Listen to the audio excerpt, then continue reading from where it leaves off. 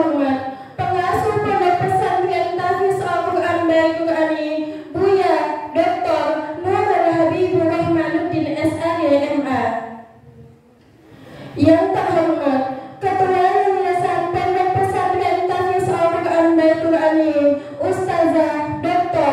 Nurul Hikmah MA.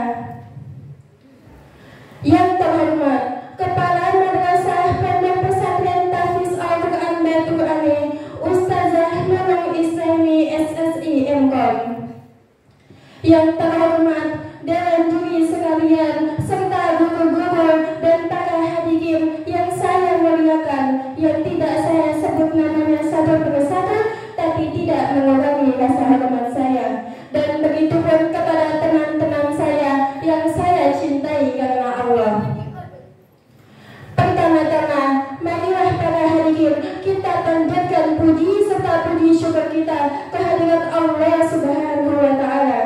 Dialah Allah yang Maha Kuasa, yang mana dengan kekuasaannya alam semesta yang begitu kompleks ini tergenggam dengan kata mudah di tangannya. Salawat bertambahkan salam, tak lupa pula kita junjungkan kepada Nabi besar kita Muhammad Sallallahu Alaihi Wasallam, yang mana berkat kegigihan beliau berjuanglah akhirnya sampai kepada kita Islam hingga saat ini. Tak perlu memperpanjang kalam, berdirinya saya di sini ingin menyampaikan sedikit ilmu yang berjudul Bukti Ilmiah Al-Quran Mukjizat Tak Kenal Waktu. Para hadirin sekalian, berbanggalah kita selalu umat beragama Islam. Karena apa? Karena Islam memiliki kitab suci yang sangat luar biasa. Kitab suci yang kemudiannya telah dijamin oleh Tuhan kita Allah, dan fakta telah membuktikannya. Apa ia? Ialah Al-Quranul Karim. Para hadirin sekalian, Al-Quran adalah sebuah mukjizat, sesuatu yang menakjubkan, yang memiliki keagungan tiada banding sepanjang zaman, sepanjang waktu. Apa buktinya? Ialah Al-Quran mampu memberi kabar kepada kita terhadap apa yang terjadi pada masa lalu dengan benar dan dengan detail, sehingga kita tahu apa saja peristiwa-peristiwa hebat yang ada di sepanjang sejarah manusia, seperti kisah awal penciptaan Nabi Adam alaihissalam sebagai manusia di bumi, atau seperti kisah iblis yang tak taat perintah Tuhan sehingga iblis menjadi makhluk terkutuk, atau seperti kisah lainnya Zulkarnain, Maryam, Ashabul Kahfi, atau kisah bagaimana hebatnya perjuangan Nabi dan Rasul terdahulu, serta apa balasan bagi orang-orang yang membangkang dan mendustainya.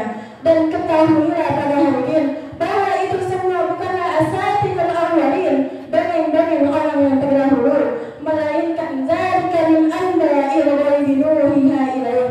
Ialah berita gaib yang Allah wahyukan kepada Nabi Muhammad untuk seluruh umat manusia, bagi yang hidup sezaman Nabi ataupun yang setelahnya.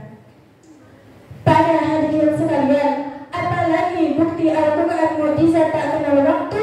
Bukti kedua ialah Al-Quran mampu memberitakan hal-hal masa depan, bahkan yang terkait dengan segala bidang ilmu pengetahuan. Sebagai contohnya ialah pada surat At-Tariq ayat 1 yang berbunyi, A'udzubillahi minasyaitonirrajim, Bismillahirrahmanirrahim. Was-samaa'i wat-tariq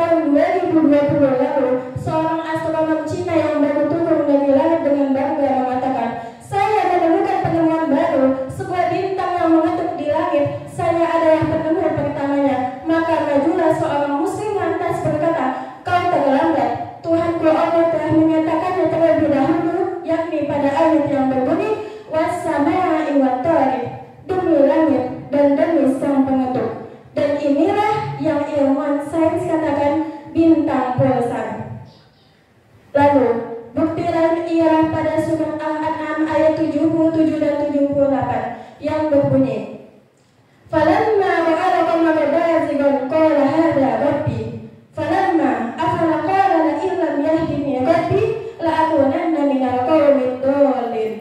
Falamma ra'a asy-syamsa bazigatan qala hadha rabbi hadha akbar. Falamma afalat qala ya qaumi inni bari'un mimma tusyrikun."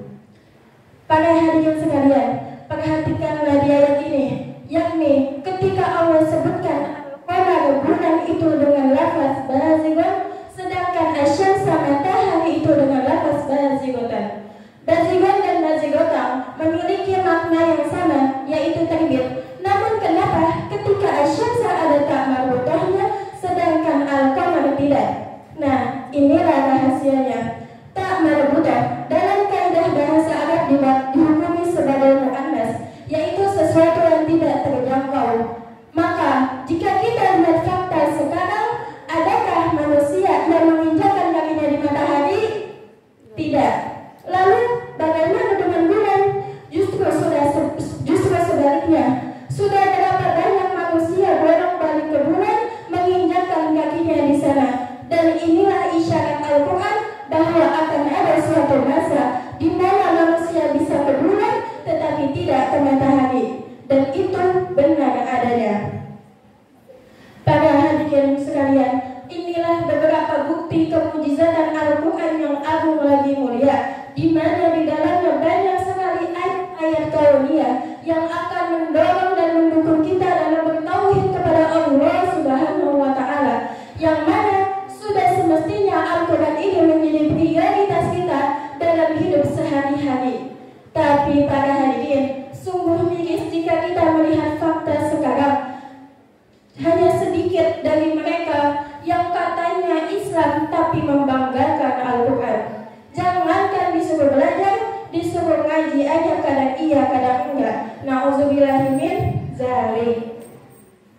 Para hadirin sekalian, maka dari itu marilah kita bersama kita dekatkan dan memperluas wawasan kita dengan Al-Quran, karena sesungguhnya Al-Quran itu lebih dahsyat daripada kebelahnya lautan oleh tongkat Nabi Musa, lebih hebat daripada tidak terbakarnya Nabi Ibrahim oleh api, dan lebih keren daripada terangkatnya Nabi Isa ke langit. Dan istimewanya lagi, apabila mukjizat lain berhenti karena wafatnya Nabi mereka, maka Al-Quran ini mukjizatnya kekal abadi sampai yaumil qiyamah, sampai di hadapan Allah Subhanallah. Baiklah, mungkin hanya itu yang saya sampaikan.